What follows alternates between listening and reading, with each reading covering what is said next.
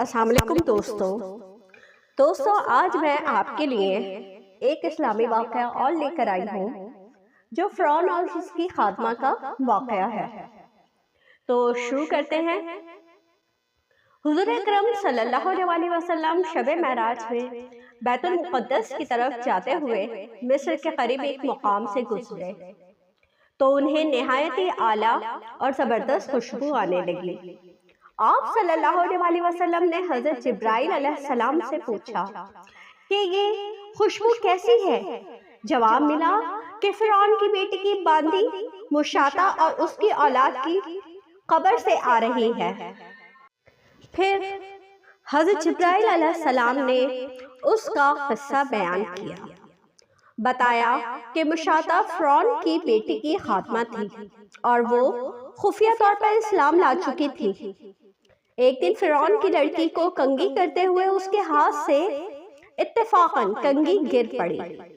وہ اٹھانے لگی تو اس کی زبان سے بے ساختہ بسم اللہ نکل گیا۔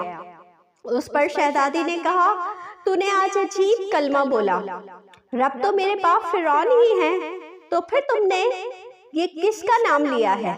اس نے جواب دیا، فرعون رب نہیں بلکہ رب وہ اللہ ہے جو مجھے، تجھے اور خود فرعون کو رزق دیتا ہے۔ شہزادی نے کہا، اچھا تو میرے باپ کے سوا کسی اور کو اپنا رب مانتی ہے؟ اس نے جواب دیا، ہاں میرا، تیرا اور تیرے باپ کا اور ہم سب کا رب اللہ تعالیٰ ہی ہے۔ شہزادی نے اپنے باپ سے یہ سارا ماجرا کہلوایا اور اسی وقت اسے دربار بلوا بھیجا اور کہا، کیا تو میرے سوا کسی اور کو اپنا رب مانتی ہے؟ اس نے کہا کہ میرا اور تیرا رب اللہ تعالیٰ ہی ہے جو بلندیوں اور بزرگی والا ہے۔ فرعون نے اسی وقت حکم دیا کہ تانبے کی جو گائے بنی ہوئی ہے اس کو خوب تپایا جائے اور جب بالکل آگ جیسی ہو جائے تو اس کے بچوں کو ایک ایک کر کے اس میں ڈال دیا جائے، آخر میں خود اسے بھی اسی میں ڈال دیا جائے۔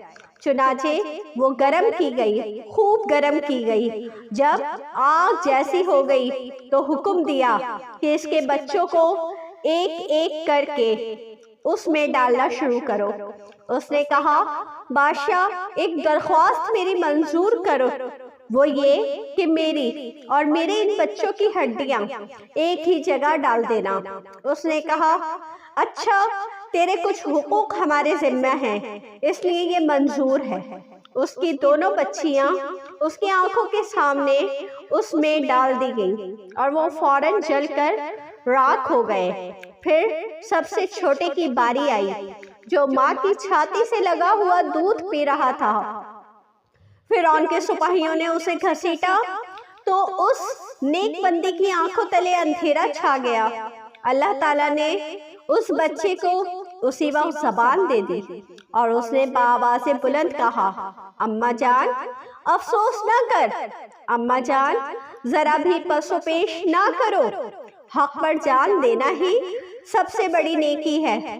چنانچہ اس نیک عورت کو صبر آ گیا، اس بچے کو بھی آگ میں ڈال دیا گیا اور آخر میں اس ماں کو بھی اسی آگ میں جلا کر مار دیا۔ یہ خوشبو کی مہکیں اس کے جنتی محل سے آ رہی ہیں۔